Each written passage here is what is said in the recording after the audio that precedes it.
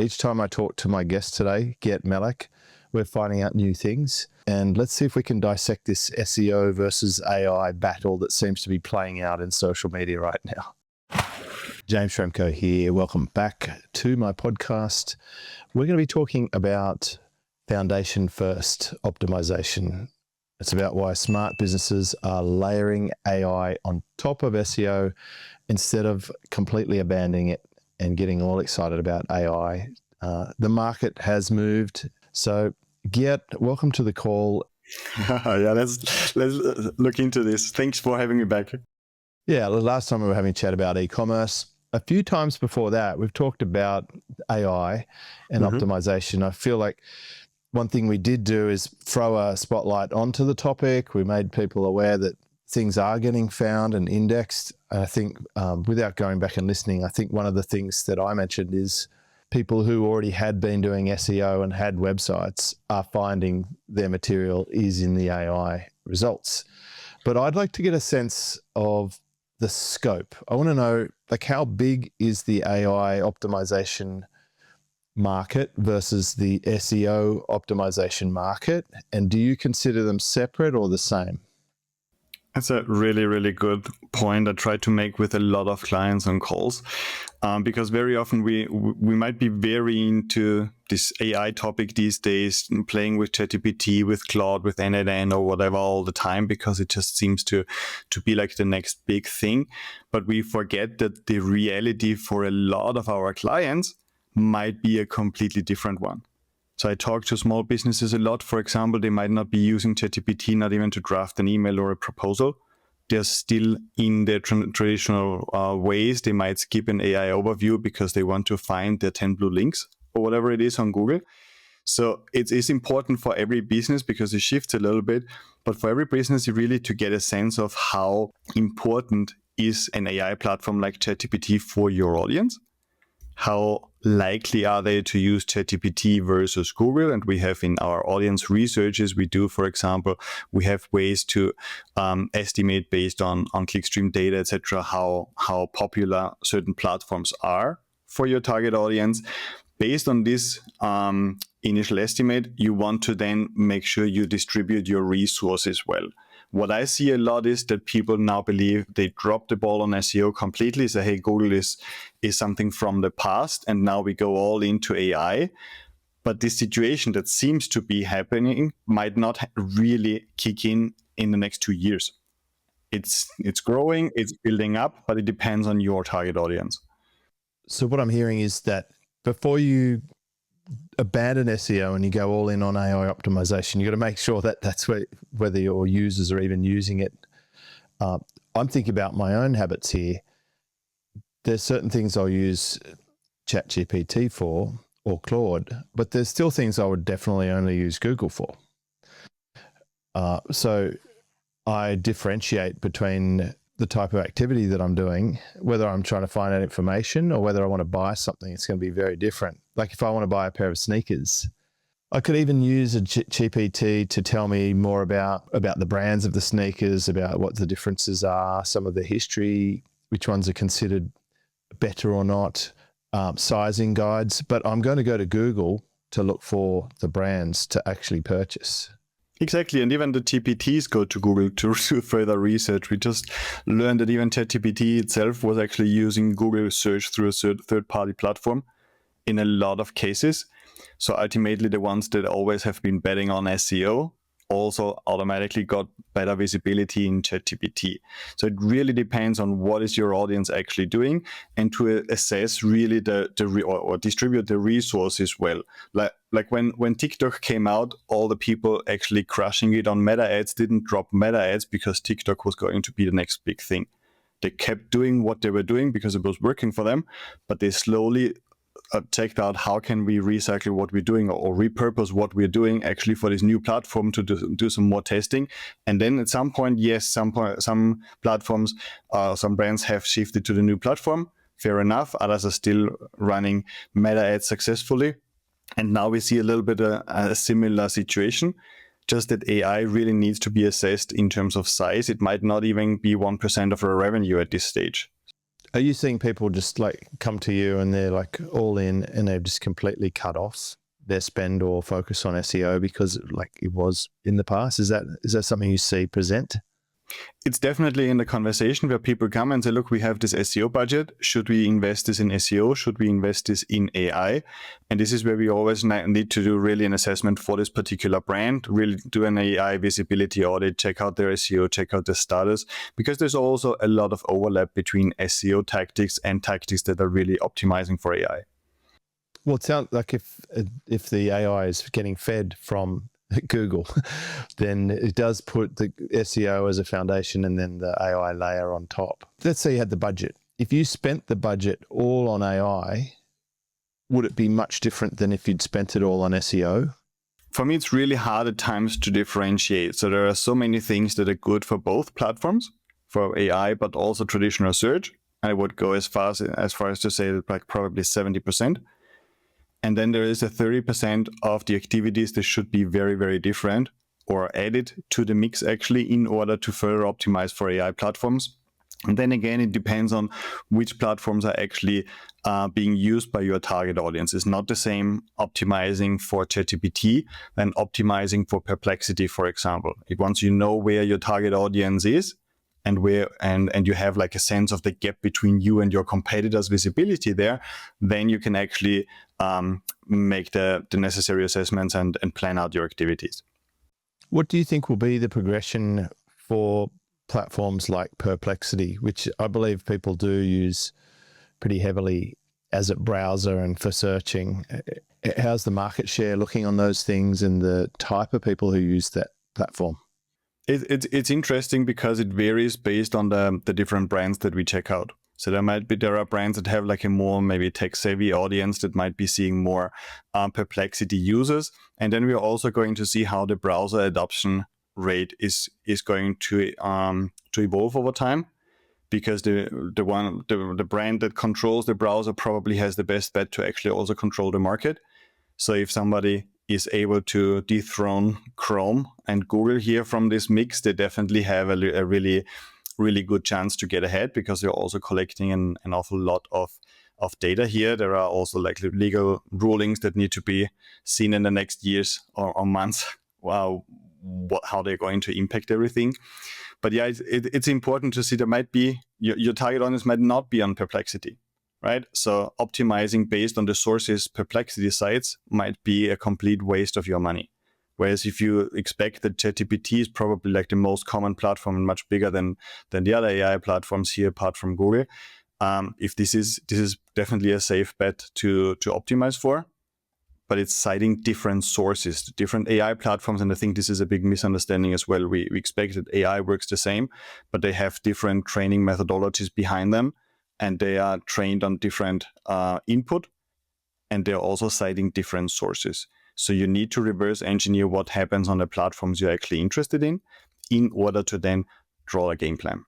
I see a little bit of a merger. Like when you search for things in Google, it shows you an AI overview. Mm-hmm. Is that like a bridge to try and mitigate against the risk that someone goes off to ChatGPT? I think it's just a response to a changing user behavior Google needs to anticipate, right? So they say, okay, we are doing this as well. I mean, the big advantage Google has obviously is the market share. And once they push the AI mode, which would be like the similar experience, and they're definitely trying to push it. I just heard they're not trying to substitute search by now. I still don't believe it, but apparently they just want to make it widely available. Once they push it, they're going to push it through all channels, through their Office products, through their Google Drive, through their Google Photos. Wherever you are, you're going to see the AI mode showing up. And this is going to heavily impact the market share as well. Right now, I think Google came a little bit late to the party, but they have the best data and the most experience to actually fight things like search spam, etc. They're still not there yet. And it's interesting that some things that they already solved in search are popping up again in AI answers now. But I think they have, in the long run, definitely the best chances to win this. Well, I saw Sam Altman posted something about the dead internet.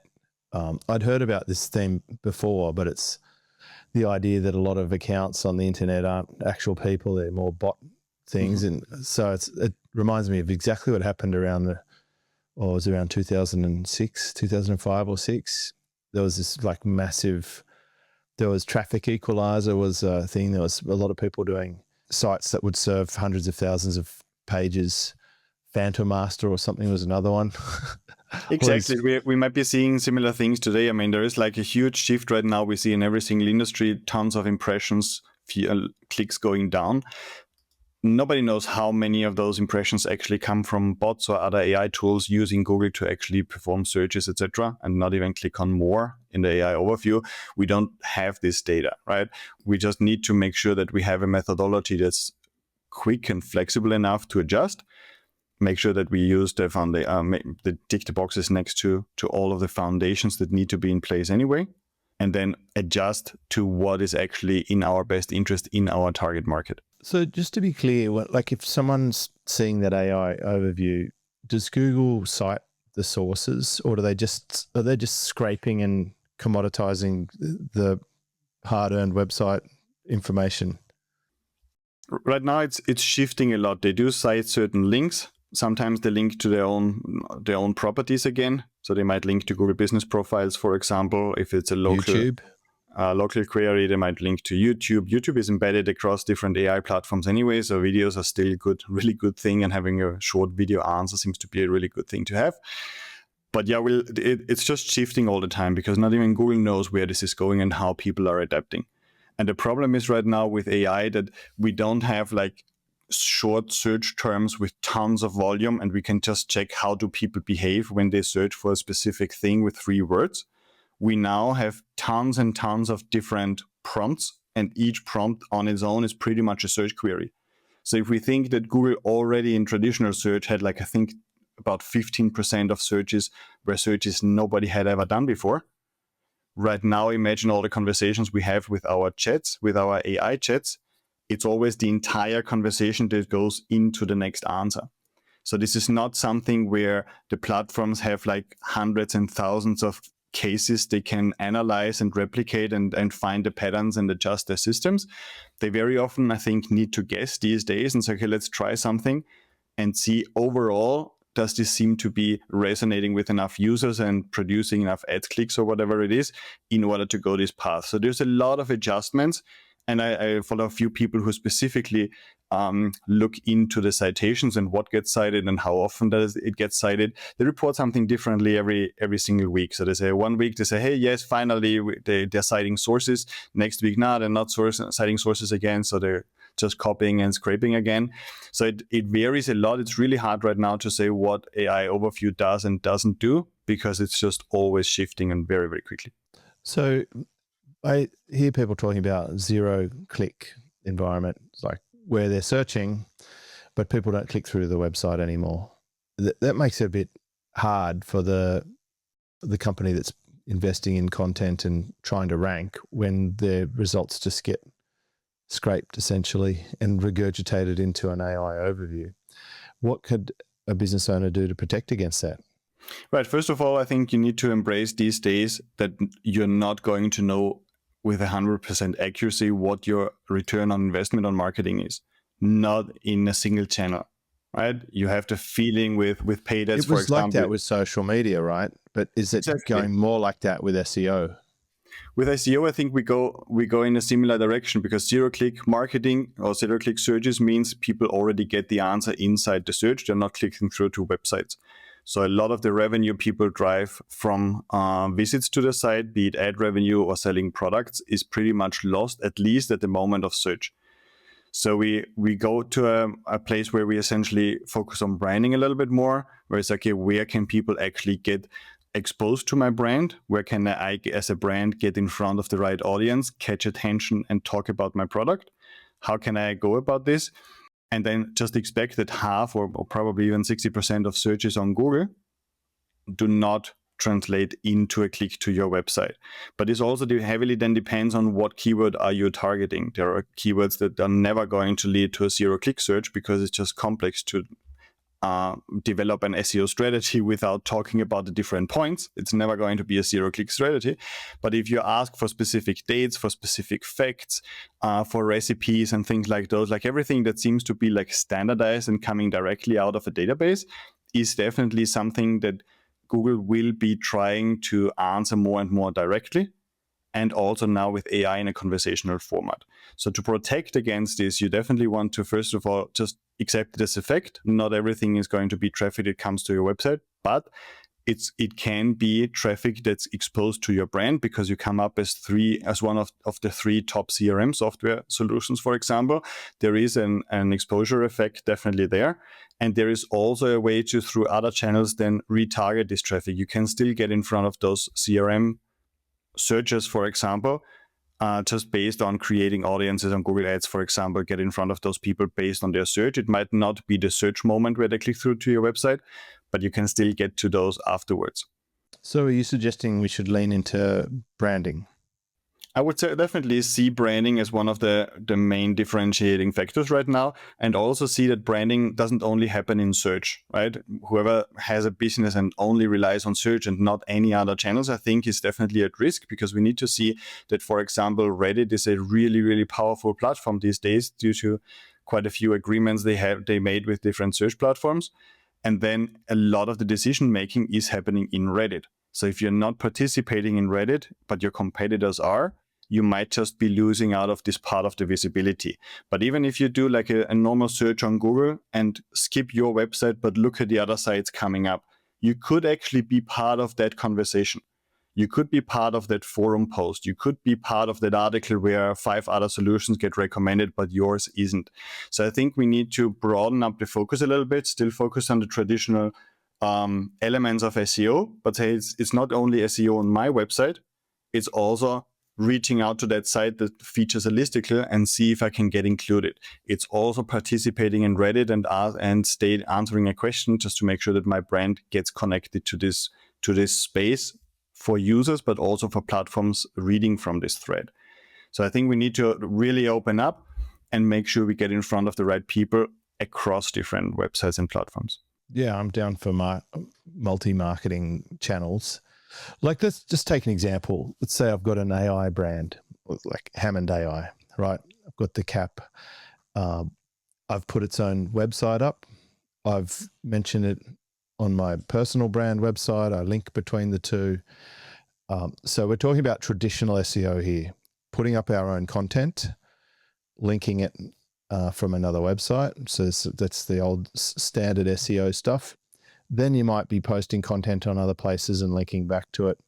Where does the Reddit fit in? Is that an SEO thing or is it an AI thing in your mind? For me, it's both, because for AI, everything that can be an input affects the output of AI. And if I have to assume these days that Reddit is going to be an input, especially once you do the research and you can confirm, hey, Reddit is one of the most cited websites in this space, and it's like, hey, Reddit is definitely an input, then you should be doing it. But at the same time, posting regularly on Reddit with your brand or get mentioned, you can't be aggressive here on Reddit, careful with that. But just popping up more often there is going to lead to more branded searches. A stronger brand is searched for more, is going to also have benefits in SEO. So it's not as clear cut what is exactly SEO, what is now AI optimization or TEO, as they try to push it a little bit against my preference. Ultimately, we all want the same result. We want to make sure that somebody searching for your product or services finds you or sees you and then takes action. What's TEO? Sorry? What's TEO? GEO, with GEO, Generative Engine Optimization. They're trying to, one of the new terms. What else? Supposed to AIO. Answer engine optimization is another one. For me, search is definitely very narrow, but for me, it's still a kind of search. If I go to ChatGPT to find something, for me, this is still a search. So we usually still go with SEO. Do you have a universal framework that would work for either situation? We have a framework developed over the years that we call internally Erica, which is just really a framework that allows us to always make sure we analyze the situation, do the necessary research, and then go to the specific actions. And it's interesting that a lot of our clients obviously have been implementing this framework for years. Every 2 weeks we come up like, what are the 80-20 now in order to focus that we should be focusing on? Let's implement them. Let's do this again. Like very similar to my personal trainer in the team, for example, that assesses my situation and says, okay, let's do a few more reps this week in order to to build certain muscles up, for example. But the interesting thing is that was never as relevant as it is today because we are moving so fast. So people like focusing on one strategy that's defined once, and now we implement over 12 months as long as the contract lasts, because other agencies have long-term contracts apparently. I think they are missing out because they're not flexible enough. We really are in this situation that within 2 weeks, the recommendations could be changing. So we need to make sure that we always focus on a handful of things we implement based on the situation that we have today. Obviously, with a little bit of a long-term focus, where are we going? Because nothing is happening overnight. But we want to be able to quickly adjust. I can relate to that. I've developed the 64-4 Schramko framework, and it's universal for any business. Like S stands for simplify. And, I've done a bit of that myself lately. Like, there's always power in simplifying, stripping away the complexity, removing the unnecessary components. And then the C is convert hidden assets. So you do those two things on any business that's already starting to make big headway. So if you're applying Erica across either strategy and you're dynamic, I'm just curious, like what would be the cost of a company locking into a long-term contract with the wrong strategy for your typical client? I think if they go the wrong way too long, it's definitely in the hundreds of thousands. Right. Between costs of agency, plus, but first and foremost, opportunity costs, because they're just going the wrong way. And then one thing, like you say, simplify. We also try the same thing in with our clients at the beginning, because simplify for our clients very often means it's not about overall traffic and overall visibility. You might only need visibility for one product. And this one product is really only be searched for in 3 contexts. So let's strip away all the SEO work that you are doing and all the 20 articles you want to build up every month, etc. And let's really focus on getting those 3 elements ahead, because those are going to impact directly the revenue and the number of conversions you're getting. You can still build out and go deeper and wider and whatever you want, but we really try to strip everything away. And this is also something that, interestingly, now, a few years after we have been doing this, AI appreciates, because it's obviously costly for AI platforms to process websites. Nobody thinks about that because we hear about the billions of dollars in funding they get, etc. They lose money, don't they? They're losing tons of money right now. Is there going to be an AI bubble burst? Is it going to wreck and then a lot of the platforms disappear? It is possible, especially if the general AI will not be reached in the expected time frame. I think at some point investors are going to say, okay, this is getting a little bit better, but it's not like making this major step that's necessary to pay for the hundreds of billions of dollars of investment. I remember they asked him, Sam Altman, how will it pay for itself? It said, well, when it gets smart enough, we can ask it. Something exactly. It's just not a strategy right now, right? At the same time, we also know Amazon has been losing money for many years until they really turned this around and actually started to be one of the most powerful Twitter companies. Used to lose money too, right? Till it sold to Elon. Exactly. So it's not always that fast. We know this from other brands as well. But I think as a brand right now, trying to leverage the tools and the platforms, etc., we need to imagine that it might not go as far as we expect. So it might not be in 6 months everybody is without a job and AI is running our life, and it might not even be 6 years. Well, I saw a podcast title today. There's some guest on a show, and he was saying that there will only be 2 or 3 jobs in the next 2 years, and it had 3.5 million downloads in the last few days. It's a popular topic for sure. So I'm reading between the lines here that some people maybe got a little bit overhyped and are too much invested in a potential gain without necessarily even knowing how it works or if their users are using it or not, because the data is not even available to tell. But what we do know is that solid SEO foundations do inform AI as a fact. Exactly. Why are our clients getting really good visibility in AI? Because a lot of the things we have been doing for years are now the recommended best practice. Structured articles, context-rich intros, article layout. We have been investing in this for 6 years, I think. We have been refining the layout we use for clients. This is now suddenly the recommended strategy, right? Why is it interestingly, suddenly it's important to be mentioned on other platforms? What a surprise, right? We've been doing this for years. So this is where it's for me really hard to differentiate. Maybe what we used to do was never pure SEO, and we just were always broader in the positioning. We always called it SEO because for me, it's just part of what an SEO agency should be doing. But the interesting thing is that a lot of those things are now best practices. So I would really apply the like first principle thinking here. What's the most important thing in order to make sure that I communicate who I am, who am I doing this for, what are my products on my website, but also find other platforms where this information is corroborated. So a lot about what AI tools and also Google has been trying to do this for years is to build a knowledge graph, a database, understand who you are and what should I do with your website? When should I recommend you? And this is where they try to join the dots. And so, okay, if you're always related to the CRM space, probably you're a possible brand I can mention in this context. And if you're also related to car manufacturers, maybe you are also in the automotive industry. If this is consistent, engines can actually understand it. So this is why one of the first things when we do an AI audit is to establish in which context is this brand actually mentioned. Is this consistent or are there inconsistencies? And this is very often really the first step. And this is first principles completely wrong. I remember it was quite shocking when you told me of all the thousands of posts on my own website that a lot of them were confusing Google. And ironically, like even when you keep coming back as a guest, from time to time we have some overlap in topic, which is actually strengthening what this website gets found for from the show notes and the themes of the episodes. But coincidentally, it's also exactly what my clients need to know about because it is a dynamic market. I do want to talk about, you just said, figuring out who your people are and how to communicate with them.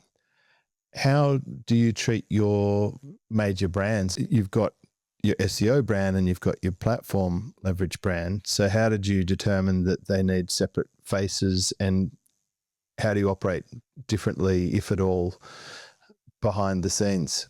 I think we have actually 3 because my personal brand also gets searched for based on podcasts. So it's like a big house with different entries, right? So we have an entry that's definitely SEOLeverage, which this is the strongest brand we have.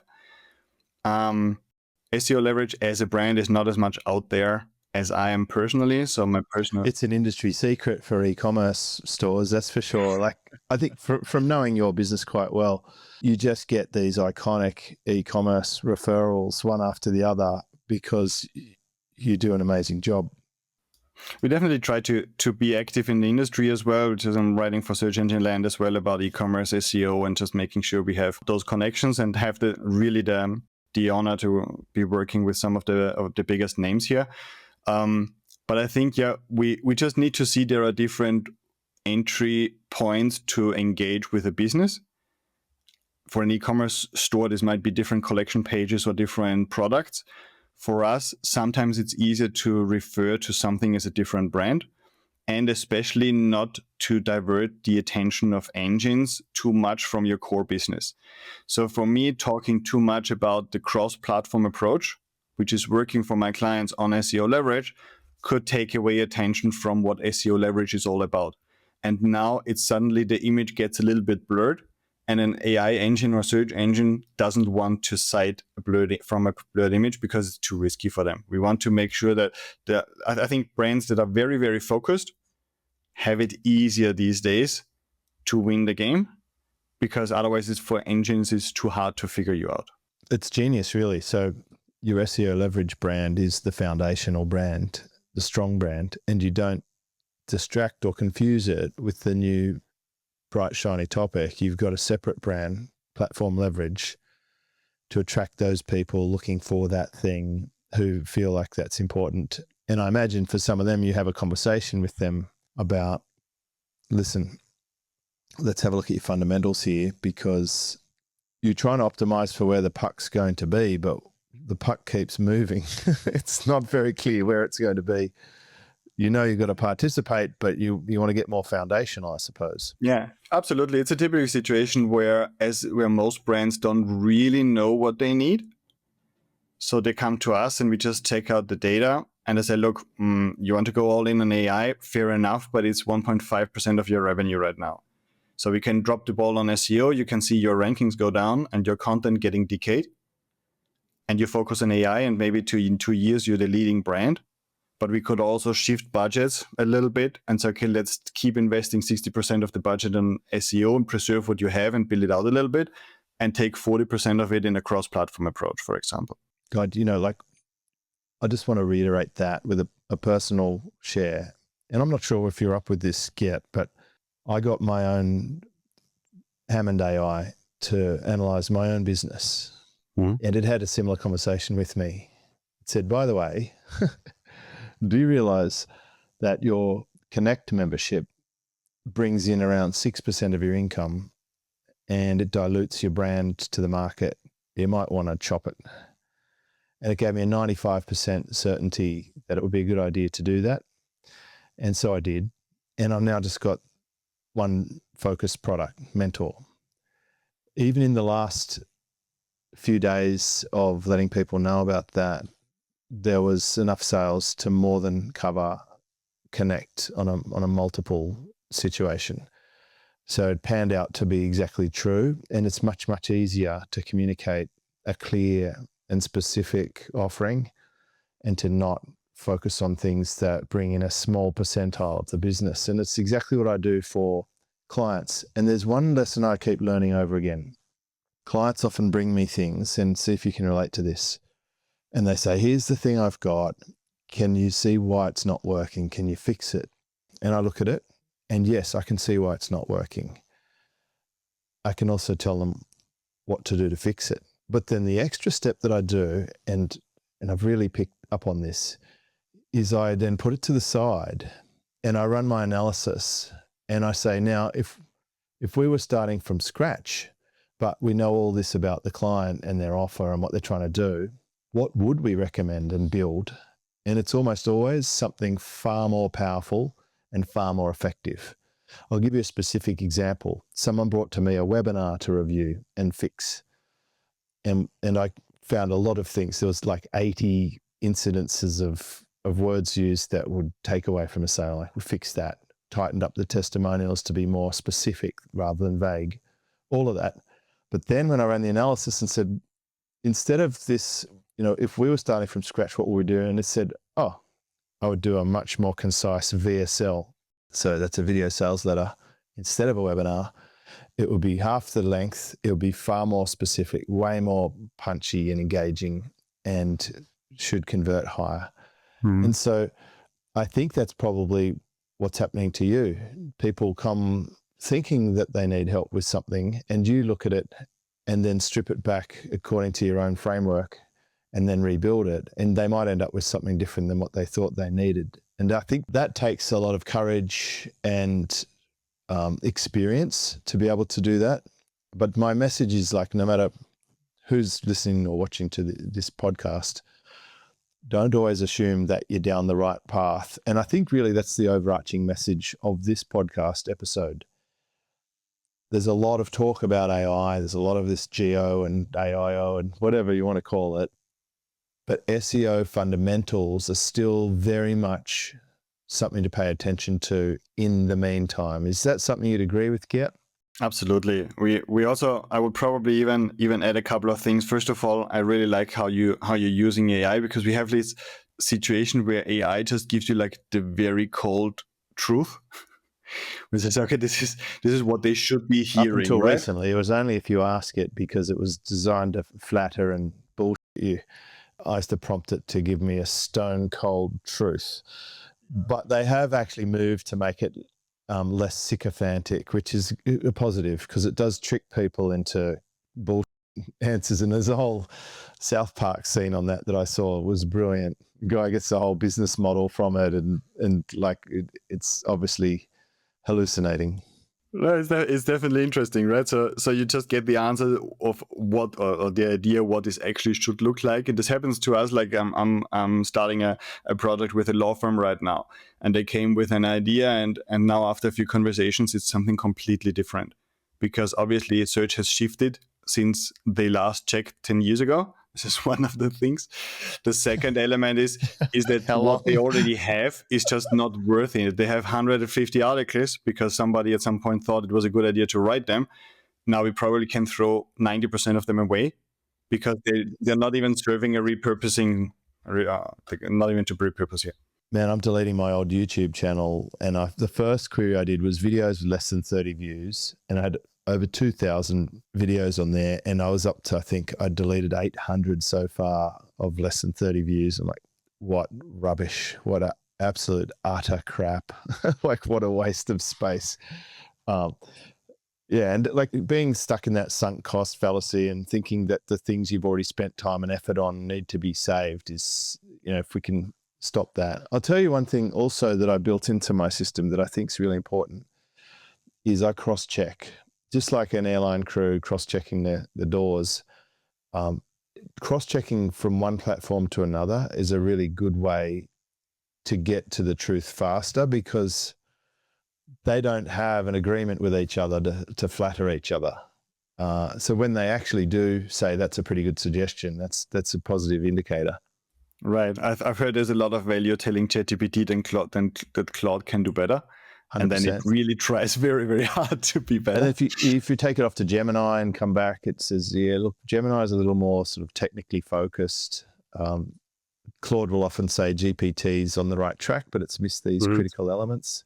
And almost always, GPT says that Claude's answer was actually a pretty good one. I noticed that up until GPT-5 came out, and that's when 5 started adding more flavor than what it used to be able to do. So it's fascinating, but not taking a single point of reference is my point here.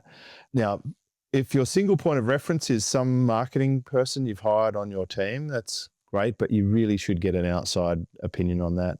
I think the advantage that we have as agencies is that we always work like with 30, 40 projects. Yeah, cross-pollinating. Exactly. We're just seeing what works at a given moment, and probably we have clients not necessarily in your space, but in similar spaces where say, hey, this is pretty much a similar audience. We have an idea how they tick and what we need to do here.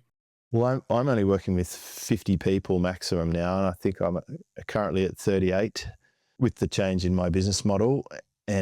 But all 38 are doing hundreds of thousands or several million, which is awesome. What a great petri dish to learn quickly from and to cross-pollinate best practice.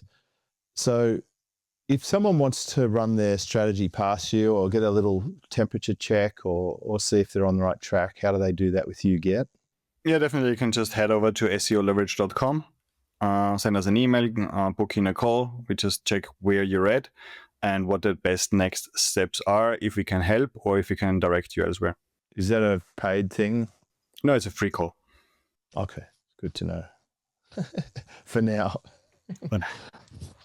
Lots of the service agencies I'm working with have found success with a paid diagnostic instead of the free strategy call.